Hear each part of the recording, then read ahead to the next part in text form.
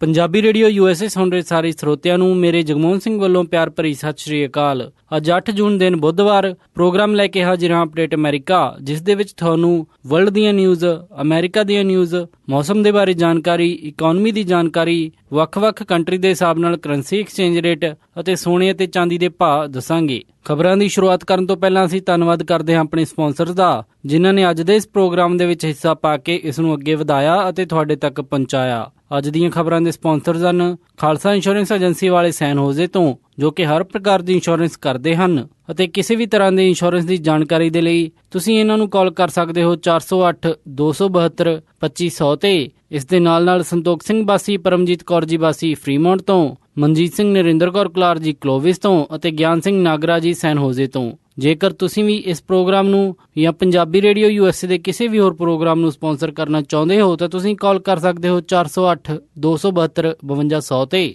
ਜਾਂ ਫਿਰ ਸਾਡੇ ਈਮੇਲ ਐਡਰੈਸ info@punjabiradiousa.com ਤੇ ਈਮੇਲ ਕਰਕੇ ਕੋਈ ਵੀ ਜਾਣਕਾਰੀ ਲੈ ਸਕਦੇ ਹੋ। ਹੁਣ ਵੱਧਦੇ ਹਾਂ ਜੀ ਅੱਜ ਦੀ ਪਹਿਲੀ ਖਬਰ ਵੱਲ।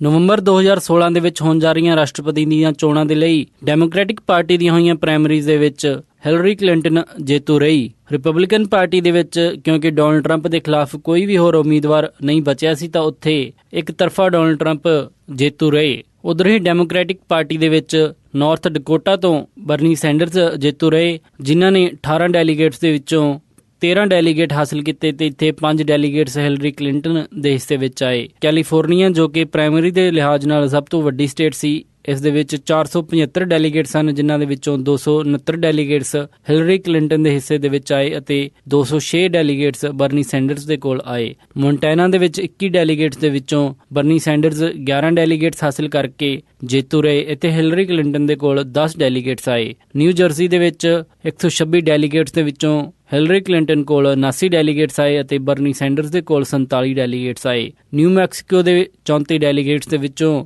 ਹਿਲਰੀ ਕਲਿੰਟਨ ਦੇ ਕੋਲ 18 ਡੈਲੀਗੇਟਸ ਆਏ ਅਤੇ ਬਰਨੀ ਸੈਂਡਰਸ ਦੇ ਕੋਲ 16 ਡੈਲੀਗੇਟਸ ਆਏ। ਸਾਊਥ ਡਕੋਟਾ ਦੇ ਵਿੱਚ ਵੀ ਹਿਲਰੀ ਕਲਿੰਟਨ ਜੇਤੂ ਰਹੇ, ਜਿਨ੍ਹਾਂ ਦੇ ਕੋਲ 10 ਡੈਲੀਗੇਟਸ ਆਏ। ਇੱਥੇ ਬਰਨੀ ਸੈਂਡਰਸ ਦੇ ਕੋਲ ਵੀ 10 ਡੈਲੀਗੇਟਸ ਆਏ, ਪਰ ਵੋਟਿੰਗ ਪ੍ਰਤੀਸ਼ਤ ਦੇ ਹਿਸਾਬ ਦੇ ਨਾਲ ਹਿਲਰੀ ਕਲਿੰਟਨ ਨੂੰ ਜੇਤੂ ਘੋਸ਼ਿਤ ਕੀਤਾ ਗਿਆ। ਇਸ ਲਿਹਾਜ਼ ਦੇ ਨਾਲ ਹੁਣ ਡੈਮੋਕ੍ਰੈਟਿਕ ਪਾਰਟੀ ਦਾ ਕੁੱਲ ਡੈਲੀਗੇਟਸ ਕਾਊਂਟ ਇਸ ਪ੍ਰਕਾਰ ਹੈ। ਹਿਲਰੀ ਕਲਿੰਟਨ ਦੇ ਕੋਲ ਪਲੈਸਡ ਡੈਲੀਗੇਟਸ ਦੀ ਸੰਖਿਆ 2203 ਪਹੁੰਚ ਚੁੱਕੀ ਹੈ ਅਤੇ ਇਹਨਾਂ ਦੇ ਕੋਲ ਸੁਪਰ ਡੈਲੀਗੇਟਸ 574 ਦਾ ਸਮਰਥਨ ਹੈ ਅਤੇ ਕੁੱਲ ਇਹਨਾਂ ਦਾ ਡੈਲੀਗੇਟ ਕਾਊਂਟ 2777 ਹੋ ਚੁੱਕਿਆ ਹੈ। ਉੱਥੇ ਹੀ ਬਰਨੀ ਸੈਂਡਰਸ ਦੇ ਕੋਲ ਪਲੈਸਡ ਡੈਲੀਗੇਟਸ ਦੀ ਸੰਖਿਆ 1828 ਪਹੁੰਚੀ ਅਤੇ ਸੁਪਰ ਡੈਲੀਗੇਟਸ ਸਿਰਫ 28 ਦਾ ਸਮਰਥਨ ਹੀ ਇਹਨਾਂ ਨੂੰ ਮਿਲਿਆ ਹੈ ਅਤੇ ਇਹਨਾਂ ਦਾ ਕੁੱਲ ਡੈਲੀਗੇਟ ਕਾਊਂਟ 1876 ਹੈ। ਡੈਮੋਕ੍ਰੈਟਿਕ ਪਾਰਟੀ ਦੀ ਨੋਮੀਨੇਸ਼ਨ ਜਿੱਤਣ ਦੇ ਲਈ 2383 ਡੈਲੀਗੇਟਸ ਦਾ ਸਮਰਥਨ ਹੋਣਾ ਚਾਹੀਦਾ ਹੈ ਅਤੇ ਇਸ ਆંકੜੀ ਨੂੰ ਹਿਲਰੀ ਕਲਿੰਟਨ ਹੁਣ ਪਾਰ ਕਰ ਚੁੱਕੀ ਹੈ। ਹਿਲਰੀ ਕਲਿੰਟਨ ਇਸੇ ਦੇ ਨਾਲ ਪਹਿਲੀ ਮਹਿਲਾ ਬਣੀ ਜੋ ਕਿ ਕਿਸੇ ਵੀ ਪਾਰਟੀ ਦੇ ਵਿੱਚੋਂ ਪ੍ਰੈਜ਼ੀਡੈਂਸ਼ੀਅਲ ਨੋਮੀਨੇਸ਼ਨ ਜਿੱਤਣ ਦੇ ਵਿੱਚ ਕਾਮਯਾਬ ਰਹੀ। ਹੁਣ ਨਵੰਬਰ 2016 ਦੇ ਵਿੱਚ ਹੋਣ ਜਾ ਰਹੀਆਂ ਚੋਣਾਂ Hillary Clinton versus Donald Trump ਹੋਣਗੀਆਂ, ਇਹ ਸਾਫ਼ ਹੋ ਚੁੱਕਿਆ ਹੈ। ਬਰਨੀ ਸੈਂਡਰਸ, ਜਿਨ੍ਹਾਂ ਨੂੰ ਕਿ ਕੈਲੀਫੋਰਨੀਆ ਪ੍ਰਾਇਮਰੀਜ਼ ਤੋਂ ਕਾਫੀ ਜ਼ਿਆਦਾ ਉਮੀਦ ਸੀ, ਇੱਥੇ ਮਿਲੀ ਹਾਰ ਤੋਂ ਬਾਵਜੂਦ ਵੀ ਉਹਨਾਂ ਦਾ ਜਿਹੜਾ ਹੌਸਲਾ ਉਹ ਪਸਤ ਨਹੀਂ ਹੋਇਆ ਅਤੇ ਉਹਨਾਂ ਨੇ ਕਿਹਾ ਹੈ ਕਿ ਉਹ ਪਾਰਟੀ ਦੀ ਫਿਲਾਡੈਲਫੀਆ ਦੇ ਵਿੱਚ ਹੋਣ ਵਾਲੀ ਕਨਵੈਨਸ਼ਨ ਦੇ ਤੱਕ ਆਪਣਾ ਕੈਂਪੇਨ ਜਾਰੀ ਰੱਖਣਗੇ, ਕਿਉਂਕਿ ਪਾਰਟੀ ਦੇ ਕਿਸੇ ਵੀ ਉਮੀਦਵਾਰ ਦੀ ਘੋਸ਼ਣਾ ਪਾਰਟੀ ਕਨਵੈਨਸ਼ਨ ਤੋਂ ਬਾਅਦ ਹੀ ਹੁੰਦੀ ਹੈ। ਬਰਨੀ ਸੈਂਡਰਸ ਕਹਿ ਰਹੇ ਹਨ ਕਿ ਹਜੇ ਤੱਕ ਉਹਨਾਂ ਦੀ ਲੜਾਈ ਮੁੱਕੀ ਨਹੀਂ ਹੈ ਅਤੇ ਪਾਰਟੀ ਕਨਵੈਨਸ਼ਨ ਤੋਂ ਬਾਅਦ ਹੀ ਜੇ ਉਹਨਾਂ ਨੂੰ ਉਮੀਦਵਾਰ ਨਹੀਂ ਚੁਣਿਆ ਜਾਂਦਾ ਤਾਂ ਆਪਣਾ ਕੈਂਪੇਨ ਰੱਦ ਕਰਨਗੇ। ਉੱਧਰ ਹੀ ਡੈਮੋਕ੍ਰੈਟਿਕ ਪਾਰਟੀ ਦੇ ਹੁਣ ਕਈ ਸੀਨੀਅਰ ਲੀਡਰ ਇਹਨਾਂ ਦੇ ਉੱਤੇ ਦਬਾਅ ਬਣਾ ਰਹੇ ਹਨ ਕਿ ਉਹ ਹੁਣ ਆਪਣਾ ਕੈਂਪੇਨ ਸਸਪੈਂਡ ਕਰਕੇ ਡੋਨਲਡ ਟਰੰਪ ਦੇ ਖਿਲਾਫ ਲੜਾਈ ਦੇ ਵਿੱਚ ਹਿਲਰੀ ਕਲਿੰਟਨ ਦਾ ਸਾਥ ਦੇਣ। ਖਬਰ ਆ ਰਹੀ ਹੈ ਕਿ ਰਾਸ਼ਟਰਪਤੀ ਬਰਾਕ ਓਬਾਮਾ ਨੇ ਵੀ ਦੋਨਾਂ ਉਮੀਦਵਾਰਾਂ ਨੂੰ ਵਾਈਟ ਹਾਊਸ ਦੇ ਵਿੱਚ ਸੱਦਿਆ ਹੈ ਅਤੇ ਉਹ ਬਰਨੀ ਸੈਂਡਰਸ ਨੂੰ ਹਿਲਰੀ ਕਲਿੰਟਨ ਦਾ ਸਮਰਥਨ ਕਰਨ ਦੇ ਲਈ ਤਿਆਰ ਕਰਨਗੇ। ਬਰਨੀ ਸੈਂਡਰਸ ਨੇ ਇੱਕ ਇਹ ਵੀ ਇਲਜ਼ਾਮ ਲਾਇਆ ਹੈ ਕਿ ਮੀਡੀਆ ਨੇ ਪ੍ਰਾਇਮਰੀਜ਼ ਹੋਣ ਤੋਂ ਪਹਿਲਾਂ ਹੀ ਇਹ ਘੋਸ਼ਿਤ ਕਰ ਦਿੱਤਾ ਸੀ ਕਿ ਡੈਮੋਕ੍ਰੈਟਿਕ ਪਾਰਟੀ ਦੀ ਨੋਮੀਨੇਸ਼ਨ ਹਿਲਰੀ ਕਲਿੰਟਨ ਨੇ ਜਿੱਤ ਲਈ ਹੈ। ਇਹ ਮੁੱਦਾ ਕਾਫੀ ਚਰਚਾ ਦਾ ਵਿਸ਼ੇ ਬਣਿਆ ਹੋਇਆ ਹੈ, ਕਿਉਂਕਿ ਮੰਗਲਵਾਰ ਨੂੰ ਹੋਣ ਵਾਲੀਆਂ ਪ੍ਰਾਇਮਰੀਜ਼ ਤੋਂ ਪਹਿਲਾਂ ਸੋਮਵਾਰ ਨੂੰ ਹੀ ਮੀਡੀਆ ਦੇ ਵਿੱਚ ਆਈਆਂ ਖਬਰਾਂ ਦੇ ਮੁਤਾਬਿਕ ਹਿਲਰੀ ਕਲਿੰਟਨ ਨੂੰ ਜਿੱਤੂ ਘੋਸ਼ਿਤ ਕਰ ਦਿੱਤਾ ਗਿਆ ਸੀ। ਅਜਿਹਾ ਸੁਪਰ ਡੈਲੀਗੇਟਸ ਦੇ ਸਮਰਥਨ ਕਾਰਨ ਕੀਤਾ ਗਿਆ। ਬਰਨੀ ਸੈਂਡਰਸ ਦਾ ਇਲਜ਼ਾਮ ਹੈ ਕਿ ਇਸ ਦੇ ਨਾਲ ਵੋਟਰ ਦੇ ਉੱਤੇ ਕਾਫੀ ਪ੍ਰਭਾਵ ਪੈਂਦਾ ਹੈ, ਕਿਉਂਕਿ ਉਹਨਾਂ ਨੂੰ ਇੰਜ ਲੱਗਦਾ ਹੈ ਕਿ ਉਹਨਾਂ ਦੀ ਵੋਟ ਕਾਊਂਟ ਨਹੀਂ ਹੋਣੀ ਅਤੇ ਉਹ ਫਿਰ ਸਹੀ ਉਮੀਦਵਾਰ ਨੂੰ ਵੋਟ ਨਹੀਂ ਕਰ ਸਕਦੇ। ਬਰਨੀ ਸੈਂਡਰਸ ਨੇ ਕਿਹਾ ਕਿ ਉਹਨਾਂ ਦੀ ਇਹ ਲੜਾਈ ਲਗਾਤਾਰ ਪਾਰਟੀ ਦੇ ਅੰਦਰੂਨੀ ਸਿਸਟਮ ਦੇ ਵਿੱਚ ਵੀ ਜਾਰੀ ਰਹੇਗੀ ਕਿ ਸੁਪਰ ਡੈਲੀਗੇਟਸ ਦੀ ਘੋਸ਼ਣਾ ਪਾਰਟੀ ਕਨਵੈਨਸ਼ਨ ਤੋਂ ਪਹਿਲਾਂ ਨਾ ਕੀਤੀ ਜਾਵੇ।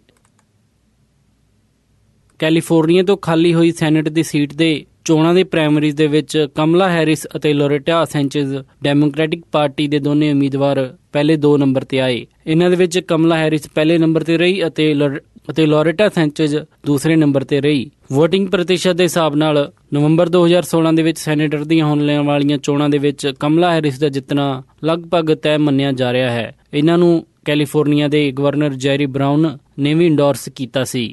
ਕੱਲ ਪ੍ਰਾਇਮਰੀਜ਼ ਦੇ ਵਿੱਚ ਇੱਕ ਹੋਰ ਅਮੈਂਡਮੈਂਟ ਦੇ ਉੱਤੇ ਵੋਟਿੰਗ ਹੋਈ, ਜਿਸ ਦੇ ਵਿੱਚ ਸੈਨੋਜ਼ੇ ਦੇ ਅੰਦਰ ਸੇਲਸ ਟੈਕਸ ਵਧਾਉਣ ਦੇ ਬਾਰੇ ਫੈਸਲਾ ਲਿਆ ਜਾਣਾ ਸੀ। ਇਸ ਵੋਟਿੰਗ ਦੇ ਵਿੱਚ ਸੈਨੋਜ਼ੇ ਦੇ ਨਿਵਾਸੀਆਂ ਨੇ ਸੇਲਸ ਟੈਕਸ ਵਧਾਉਣ ਦੇ ਹੱਕ ਦੇ ਵਿੱਚ ਵੋਟਿੰਗ ਕੀਤੀ। ਸੋ ਹੁਣ ਸੈਨੋਜ਼ੇ ਦੇ ਵਿੱਚ ਸੇਲਸ ਟੈਕਸ ਵੱਧ ਜਾਵੇਗਾ, ਜਿਸ ਦੇ ਨਾਲ ਮਹਿੰਗਾਈ ਵਧਣ ਦੇ ਅਸਾਰ ਹਨ। ਪਰ ਇਸ ਦੇ ਉੱਤੇ ਸੈਨੋਜ਼ੇ ਦੇ ਮੇਅਰ ਸੈਮ ਲਿਕਾਰਡੋ ਦਾ ਕਹਿਣਾ ਹੈ ਕਿ ਪਬਲਿਕ ਸਰਵਿਸ ਦੇ ਲਈ ਇਹ ਸੇਲਸ ਟੈਕਸ ਵਧਾਇਆ ਗਿਆ ਹੈ। ਇਹ ਵਧਿਆ ਹੋਇਆ sales tax public security, fire fighters ਅਤੇ ਰੋਡ ਆਦਿ ਦੀ ਮੁਰੰਮਤ ਦੇ ਲਈ ਵਰਤਿਆ ਜਾਵੇਗਾ। ਸੈਮ ਲਿਕਾਰਡੋ ਦੇ ਮੁਤਾਬਿਕ ਇਸ ਵਧੇ ਸੇਲਸ ਟੈਕਸ ਤੋਂ ਪਹਿਲੇ ਸਾਲ ਹੀ ਲਗਭਗ $40 ਮਿਲੀਅਨ ਦੀ ਆਮਦਨ ਹੋਣ ਦੀ ਉਮੀਦ ਹੈ। ਪਰ ਉੱਥੇ ਹੀ ਇਸ ਸੇਲਸ ਟੈਕਸ ਵਧਾਉਣ ਦਾ ਵਿਰੋਧ ਕਰਨ ਵਾਲੇ ਲੋਕਾਂ ਦਾ ਕਹਿਣਾ ਹੈ ਕਿ ਜਿਸ ਪਰਪਸ ਦੇ ਲਈ ਇਹ ਸੇਲਸ ਟੈਕਸ ਵਧਾਇਆ ਗਿਆ ਹੈ, ਇਹ ਕਦੇ ਵੀ ਇਸ ਪਰਪਸ ਦੇ ਲਈ ਨਹੀਂ ਵਰਤਿਆ ਜਾਏਗਾ ਅਤੇ ਇਹ ਪੈਸਾ ਨਜਾਇਜ਼ ਤੌਰ ਦੇ ਉੱਤੇ ਵਰਤੋਂ ਵਿੱਚ ਆਵੇਗਾ। ਇਜ਼ਰਾਈਲ ਦੇ ਵਿੱਚ ਹੋਏ ਇੱਕ ਅੱਤਵਾਦੀ ਹਮਲੇ ਦੇ ਵਿੱਚ 4 ਲੋਕਾਂ ਦੀ ਮੌਤ ਹੋ ਗਈ ਹੈ। ਇਜ਼ਰਾਈਲ ਦੇ ਇੱਕ ਸ਼ਹਿਰ ਟੈਲ ਅਵੀਵ ਦੇ ਵਿੱਚ ਅੱਤਵਾਦੀਆਂ ਨੇ ਫਾਇਰਿੰਗ ਕੀਤੀ, ਜਿਸ ਦੇ ਦੌਰਾਨ 4 ਲੋਕਾਂ ਦੀ ਮੌਤ ਹੋ ਗਈ। ਇਜ਼ਰਾਈਲੀ ਪੁਲਿਸ ਦੇ ਸਪੋਕਸਮੈਨ ਮਿਕੀ ਰੋਜ਼ਨਫੈਲਡ ਨੇ ਦੱਸਿਆ ਹੈ ਕਿ ਇਸ ਮਾਮਲੇ ਦੇ ਵਿੱਚ 2 ਪੈਲੇਸਟੀਨੀਅਨ ਨੂੰ ਗ੍ਰਿਫਤਾਰ ਕੀਤਾ ਗਿਆ ਹੈ। ਇਜ਼ਰਾਈਲ ਦੇ ਪ੍ਰਧਾਨ ਮੰਤਰੀ ਬੈਂਜਾਮਿਨ ਨੇ ਇਸ ਦੇ ਉੱਤੇ ਕਿਹਾ ਹੈ ਕਿ ਅਪਰਾਧੀਆਂ ਨੂੰ ਬਖਸ਼ਿਆ ਨਹੀਂ ਜਾਏਗਾ ਤੇ ਜੋ ਵੀ ਜ਼ਰੂਰੀ ਕਦਮ ਇਹੋ ਜਿਹੇ ਹਮਲਿਆਂ ਨੂੰ ਰੋਕਣ ਦੇ ਲਈ ਉਹਨਾਂ ਨੂੰ ਕਰਨੇ ਪੈਣਗੇ, ਉਹ ਫੌਰਨ ਤੌਰ ਦੇ ਉੱਤੇ ਉਹ ਕਦਮ ਚੱਕਣਗੇ। ਇਸ ਹਮਲੇ ਦੇ ਵਿੱਚ 5 ਹੋਰ ਲੋਕ ਵੀ ਜ਼ਖਮੀ ਹੋਏ ਹਨ, ਜਿਨ੍ਹਾਂ ਨੂੰ ਨਜ਼ਦੀਕੀ ਹਸਪਤਾਲ ਦੇ ਵਿੱਚ ਭਰਤੀ ਕਰਵਾਇਆ ਗਿਆ ਹੈ। ਇਹ ਘਟਨਾ ਉੱਥੋਂ ਦੇ ਲੋਕਲ ਟਾਈਮ ਤਕਰੀਬਨ ਰਾਤ 9 ਵਜੇ ਸਰੋਨਾ ਮਾਰਕੀਟ ਦੇ ਵਿੱਚ ਹੋਈ, ਜੋ ਕਿ ਉਸ ਟਾਈਮ ਦਾ ਕਾਫੀ ਬਿਜ਼ੀ ਟਾਈਮ ਮੰਨਿਆ ਜਾਂਦਾ ਹੈ। ਉਸ ਤੋਂ ਬਾਅਦ ਪੁਲਿਸ ਨੇ ਹੋਰ ਵੀ ਵਿਸਫੋਟਕ ਦੇ ਲਈ ਜਾਂਚ ਕੀਤੀ, ਪਰ ਮੌਕੇ ਦੇ ਉੱਤੇ ਹੋਰ ਕੋਈ ਵਿਸਫੋਟਕ ਨਹੀਂ ਮਿਲਿਆ ਤੇ ਪੁਲਿਸ ਨੇ ਬਾਅਦ ਦੇ ਵਿੱਚ ਕਿਹਾ ਕਿ ਸਾਰਾ ਮਾਮਲਾ ਕੰਟਰੋਲ ਦੇ ਵਿੱਚ ਲਿਆ ਜਾ ਚੁੱਕਿਆ ਹੈ।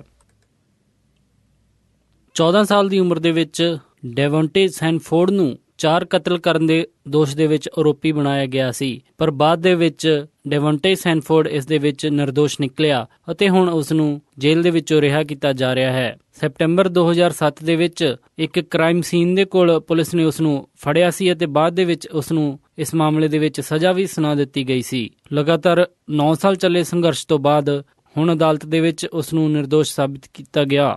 ਪਬਲਿਕ ਡਿਫੈਂਡਰ ਵਲੈਰ ਨਿਊਮੈਨ ਨੇ ਇਸ ਦੇ ਉੱਤੇ ਆਖਿਆ ਕਿ ਉਦੋਂ ਇੱਕ ਗਲਤ ਫੈਸਲਾ ਲਿਆ ਗਿਆ ਸੀ, ਪਰ ਹੁਣ ਇਸ ਦੇ ਉੱਤੇ ਬਿਲਕੁਲ ਸਹੀ ਇਨਸਾਫ ਹੋ ਚੁੱਕਿਆ ਹੈ। ਇਸ ਮਾਮਲੇ ਦੇ ਵਿੱਚ ਪਹਿਲਾਂ ਹੀ ਇੱਕ ਅਪਰਾਧੀ ਨੂੰ ਸਜ਼ਾ ਹੋ ਚੁੱਕੀ ਹੈ, ਜਿਸ ਨੇ ਮਾਰਚ 2015 ਦੇ ਵਿੱਚ ਅਦਾਲਤ ਦੇ ਵਿੱਚ ਇੱਕ ਐਫੀਡੈਵਿਟ ਵੀ ਦਿੱਤਾ ਸੀ ਕਿ ਇਹ ਕਤਲ ਉਸ ਦੇ ਕੋਲੋਂ ਹੋਏ ਸੀ ਅਤੇ ਇਸ ਦੇ ਵਿੱਚ ਡੇਵੋਂਟੇ ਸੈਨਫੋਰਡ ਦਾ ਕੋਈ ਵੀ ਹੱਥ ਨਹੀਂ ਸੀ। ਇਹ ਫੈਸਲਾ ਆਉਣ ਤੇ ਡੇਵੋਂਟੇ ਦਾ ਪਰਿਵਾਰ ਕਾਫੀ ਭਾਵੁਕ ਹੋ ਗਿਆ ਤੇ ਉਹਨਾਂ ਨੇ ਇਸ ਫੈਸਲੇ ਦੇ ਉੱਤੇ ਖੁਸ਼ੀ ਜਤਾਈ ਹੈ ਕਿ ਭਾਵੇਂ ਨਿਆਂ ਥੋੜੀ ਦੇਰ ਬਾਅਦ ਮਿਲਿਆ ਹੈ, ਪਰ ਉਹਨਾਂ ਨੂੰ ਇਸ ਗੱਲ ਦੀ ਖੁਸ਼ੀ ਹੈ ਕਿ ਅੰਤ ਦੇ ਵਿੱਚ ਸਭ ਕੁਝ ਵਧੀਆ ਹੋ ਗਿਆ।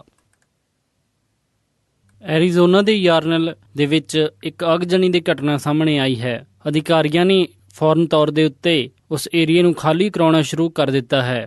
ਸ਼ੈਰਿਫ ਡਿਪਾਰਟਮੈਂਟ ਨੇ ਇਸ ਦੇ ਉੱਤੇ ਆਖਿਆ ਹੈ ਕਿ ਅੱਗ ਸ਼ਹਿਰ ਦੇ ਪੂਰਬੀ ਹਿੱਸੇ ਦੇ ਵੱਲ ਵੱਧਦੀ ਆ ਰਹੀ ਹੈ, ਇਸ ਲਈ ਉਹ ਫੌਰਨ ਤੌਰ ਦੇ ਉੱਤੇ ਸਭ ਤੋਂ ਪਹਿਲਾਂ ਇਸ ਇਲਾਕੇ ਨੂੰ ਖਾਲੀ ਕਰਵਾ ਰਹੇ ਹਨ। ਇਸ ਨੂੰ ਦੇਖਦੇ ਹੋਏ ਸਟੇਟ ਰੂਟ 89A ਨੂੰ ਵੀ ਬੰਦ ਕਰ ਦਿੱਤਾ ਗਿਆ ਹੈ। ਫਾਇਰ ਡਿਪਾਰਟਮੈਂਟ ਨੇ ਦੱਸਿਆ ਕਿ ਇਹ ਅੱਗ ਲਗਭਗ 300 ਏਕੜ ਦੇ ਵਿੱਚ ਫੈਲ ਚੁੱਕੀ ਹੈ।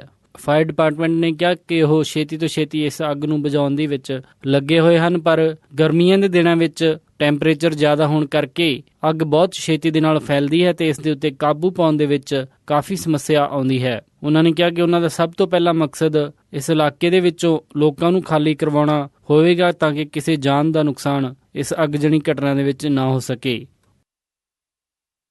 ਇਹ ਸਨ ਅੱਜ ਦੀਆਂ ਕੁਝ ਖਾਸ ਖਬਰਾਂ। ਹੁਣ ਵੱਧਦੇ ਹਾਂ ਜੀ ਮੌਸਮ ਦੀ ਜਾਣਕਾਰੀ ਦੇ ਵੱਲ। ਵੀਰਵਾਰ ਨੂੰ ਸੈਨ ਹੋਜ਼ੇ ਦੇ ਵਿੱਚ ਹਾਈ ਟੈਂਪਰੇਚਰ ਹੈਗਾ 78 ਡਿਗਰੀ ਅਤੇ ਲੋ ਟੈਂਪਰੇਚਰ 54 ਡਿਗਰੀ। ਸੈਨ ਫਰਾਂਸਿਸਕੋ ਦੇ ਵਿੱਚ 63 ਡਿਗਰੀ ਹਾਈ ਹੈ ਤੇ ਰਾਤ ਨੂੰ 54 ਡਿਗਰੀ ਲੋ। ਸੈਕਰਾਮੈਂਟੋ ਦੇ ਵਿੱਚ 87 ਡਿਗਰੀ ਹਾਈ ਹੈ ਤੇ ਰਾਤ ਨੂੰ 55 ਡਿਗਰੀ ਲੋ। ਯੂਬਾ ਸਿਟੀ ਦੇ ਵਿੱਚ 90 ਡਿਗਰੀ ਹਾਈ ਹੈ ਤੇ ਰਾਤ ਨੂੰ 57 ਡਿਗਰੀ ਲੋ। ਸਟਾਕਟਨ ਦੇ ਵਿੱਚ 86 ਡਿਗਰੀ ਹਾਈ ਹੈ ਤੇ ਰਾਤ ਨੂੰ 57 ਡਿਗਰੀ ਲੋ।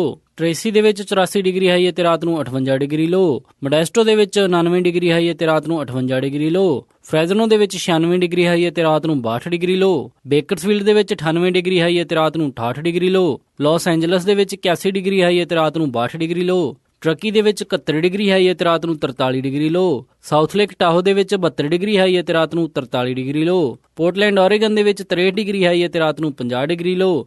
ਇੱਥੇ ਮੀਂਹ ਪੈਣ ਦੇ ਅਸਾਰ ਹਨ। ਸਿਏਟਲ ਦੇ ਵਿੱਚ 65 ਡਿਗਰੀ ਹਾਈ ਹੈ ਤੇ ਰਾਤ ਨੂੰ 49 ਡਿਗਰੀ ਲੋ। ਇੱਥੇ ਰਾਤ ਨੂੰ ਮੀਂਹ ਪੈ ਸਕਦਾ ਹੈ। ਫਲੈਗਸਟੈਫ ਐਰੀਜ਼ੋਨਾ ਦੇ ਵਿੱਚ 84 ਡਿਗਰੀ ਹਾਈ ਹੈ ਤੇ ਰਾਤ ਨੂੰ 52 ਡਿਗਰੀ ਲੋ। ਸਾਲਟ ਲੇਕ ਸਿਟੀ ਯੂਟਾ ਦੇ ਵਿੱਚ 94 ਡਿਗਰੀ ਹਾਈ ਹੈ ਤੇ ਰਾਤ ਨੂੰ 71 ਡਿਗਰੀ ਲੋ। ਸ਼ਿਕਾਗੋ ਦੇ ਵਿੱਚ 80 ਡਿਗਰੀ ਹਾਈ ਹੈ ਤੇ ਰਾਤ ਨੂੰ 68 ਡਿਗਰੀ ਲੋ। ਇੱਥੇ ਰਾਤ ਨੂੰ ਮੀਂਹ ਪਵੇਗਾ। ਨਿਊਯਾਰਕ ਦੇ ਵਿੱਚ 74 ਡਿਗਰੀ ਹਾਈ ਹੈ ਤੇ ਰਾਤ ਨੂੰ 57 ਡਿਗਰੀ ਲੋ। ਟੋਰਾਂਟੋ ਕੈਨੇਡਾ ਦੇ ਵਿੱਚ 20 ਡਿਗਰੀ ਸੈਲਸੀਅਸ ਹਾਈ ਹੈ ਤੇ ਰਾਤ ਨੂੰ 8 ਡਿਗਰੀ ਸੈਲਸੀਅਸ ਲੋ। ਵਿਨੀਪੈਗ ਦੇ ਵਿੱਚ 30 ਡਿਗਰੀ ਸੈਲਸੀਅਸ ਹਾਈ ਹੈ ਤੇ ਰਾਤ ਨੂੰ 19 ਡਿਗਰੀ ਸੈਲਸੀਅਸ ਲੋ। ਕੈਲਗਰੀ ਦੇ ਵਿੱਚ 23 ਡਿਗਰੀ ਸੈਲਸੀਅਸ ਹਾਈ ਹੈ ਤੇ ਰਾਤ ਨੂੰ 10 ਡਿਗਰੀ ਸੈਲਸੀਅਸ ਲੋ। ਵੈਨਕੂਵਰ ਦੇ ਵਿੱਚ 18 ਡਿਗਰੀ ਸੈਲਸੀਅਸ ਹਾਈ ਹੈ ਤੇ ਰਾਤ ਨੂੰ 11 ਡਿਗਰੀ ਸੈਲਸੀਅਸ ਲੋ। ਪੰਜਾਬ ਅੰਮ੍ਰਿਤਸਰ ਦੇ ਵਿੱਚ 44 ਡਿਗਰੀ ਸੈਲਸੀਅਸ ਹਾਈ ਹੈ ਤੇ ਰਾਤ ਨੂੰ 28 ਡਿਗਰੀ ਸੈਲਸੀਅਸ ਲੋ। ਮੈਲਬਰਨ ਆਸਟ੍ਰੇਲੀਆ ਦੇ ਵਿੱਚ 16 ਡਿਗਰੀ ਸੈਲਸੀਅਸ ਹਾਈ ਹੈ ਤੇ ਰਾਤ ਨੂੰ 9 ਡਿਗਰੀ ਸੈਲਸੀਅਸ ਲੋ। ਲੰਡਨ ਦੇ ਵਿੱਚ 21 ਡਿਗਰੀ ਸੈਲਸੀਅਸ ਹਾਈ ਹੈ ਤੇ ਰਾਤ ਨੂੰ 13 ਡਿਗਰੀ ਸੈਲਸੀਅਸ ਲੋ। ਬਰਲਿਨ ਦੇ ਵਿੱਚ 21 ਡਿਗਰੀ ਸੈਲਸੀਅਸ ਹਾਈ ਹੈ ਤੇ ਰਾਤ ਨੂੰ 12 ਡਿਗਰੀ ਸੈਲਸੀਅਸ ਲੋ। ਫਰਾਂਸ ਪੈਰਿਸ ਦੇ ਵਿੱਚ 23 ਡਿਗਰੀ ਸੈਲਸੀਅਸ ਹਾਈ ਹੈ ਤੇ ਰਾਤ ਨੂੰ 12 ਡਿਗਰੀ ਸੈਲਸੀਅਸ ਲੋ ਰਹੇਗਾ ਜੀ। ਇਹ ਸੀ ਜੀ ਮੌਸਮ ਦੀ ਜਾਣਕਾਰੀ।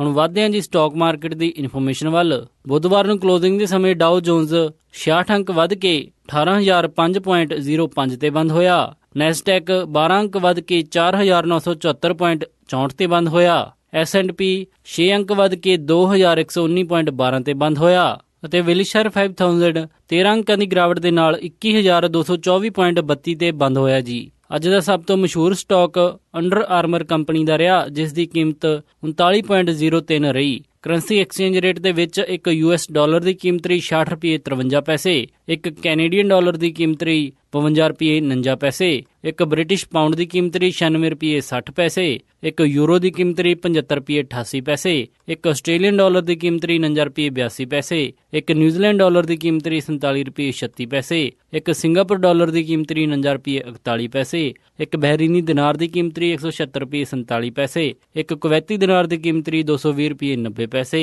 ਸੋਨੇ ਦਾ ਰੇਟ $1262.51 ਪਰ ਆਉਂਸ ਰਿਹਾ ਅਤੇ ਚਾਂਦੀ $17.12 ਪਰ ਆਉਂਸ ਰਹੀ। ਇਸੇ ਦੇ ਨਾਲ ਖਬਰਾਂ ਦਾ ਅੱਜ ਦਾ ਬੁਲੇਟਿਨ ਇੱਥੇ ਹੀ ਸਮਾਪਤ ਕਰਦੇ ਹਾਂ ਜੀ। ਉਮੀਦ ਕਰਦੇ ਹਾਂ ਕਿ ਤੁਹਾਨੂੰ ਅੱਜ ਦਾ ਇਹ ਪ੍ਰੋਗਰਾਮ ਪਸੰਦ ਆਇਆ ਹੋਵੇਗਾ। ਕਿਸੇ ਵੀ ਤਰ੍ਹਾਂ ਦੇ ਫੀਡਬੈਕ ਦੇ ਲਈ ਤੁਸੀਂ ਸਾਨੂੰ ਕਾਲ ਕਰ ਸਕਦੇ ਹੋ 408-272-52-100 ਤੇ, ਜਾਂ ਫਿਰ ਸਾਡੇ ਈਮੇਲ ਐਡਰੈਸ info@punjabiradiousa.com ਤੇ ਈਮੇਲ ਕਰਕੇ ਵੀ ਸਾਨੂੰ ਫੀਡਬੈਕ ਦੇ ਸਕਦੇ ਹੋ। ਇੱਕ ਵਾਰੀ ਫਿਰ ਸਾਰੇ ਸਪਾਂਸਰ ਦਾ ਬਹੁਤ-ਬਹੁਤ ਧੰਨਵਾਦ। ਮਿਲਦੇ ਹਾਂ ਜੀ ਅਪਡੇਟ ਅਮਰੀਕਾ ਦੇ ਅਗਲੇ ਅੰਕ ਵਿੱਚ। ਤਦ ਤੱਕ ਲਈ ਸਾਰਿਆਂ ਨੂੰ ਪਿਆਰ ਅਤੇ ਸਤਿਕਾਰ ਭਰੀ ਸਤਿ ਸ਼੍ਰੀ ਅਕਾਲ। ਸੁਣਦੇ ਰਹੋ ਜੀ ਪੰਜਾਬੀ ਰੇਡੀਓ USA।